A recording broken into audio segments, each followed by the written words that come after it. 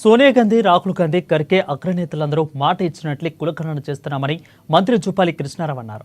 ఇదే విధంగా ఏ సామాజిక వర్గం ఎంత ఉన్నారో నిష్పత్తి ప్రకారం వివరాలు నమోదు చేస్తున్నామని అన్నారు. నవంబర్ 31లోగా కులగణనను రేవంత్ రెడ్డి చేపట్టాలని ఆదేశాలు ఇచ్చారని మంత్రి తెలిపారు. కులగణన దామాషా ప్రకారమే రాజకీయ పదవులు కూడా అందుబాటులో ఉంటాయని జూపాలి కృష్ణారావు అన్నారు.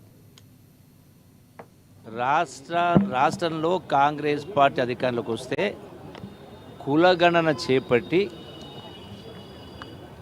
దశాబ్దాల నుంచి వస్తున్నటువంటి వ్యత్యాసం ఏదైతుందో అన్ని కులాల వాళ్లకు వాళ్ళ జనాభా ప్రాతిపదికన దామాషా పద్ధతిలో అది సంక్షేమ కార్యక్రమాలైనా, అభివృద్ధి కార్యక్రమాలైనా, ఉద్యోగ అవకాశాలైనా, ఉపాధి అవకాశాలైనా అన్నింటికీ సమానంగా ఈ యొక్క రాష్ట్ర సంపద అన్ని వర్గాలకు వాళ్ళ యొక్క నిష్పత్తి ప్రకారం అందాలనే ఆలోచనతో ఎన్నికల ముందు ఒక సంవత్సరం లోపల చేస్తామని చెప్పడం జరిగింది.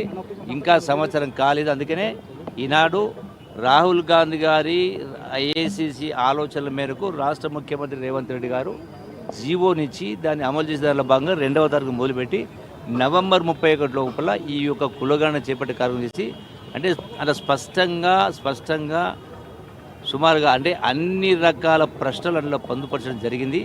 ఇది ఎవరి కోసమే కాదు, వాళ్ళ మంచి కోసమే, ఇంక్లూడింగ్ రాజకీయ పదవులు కూడా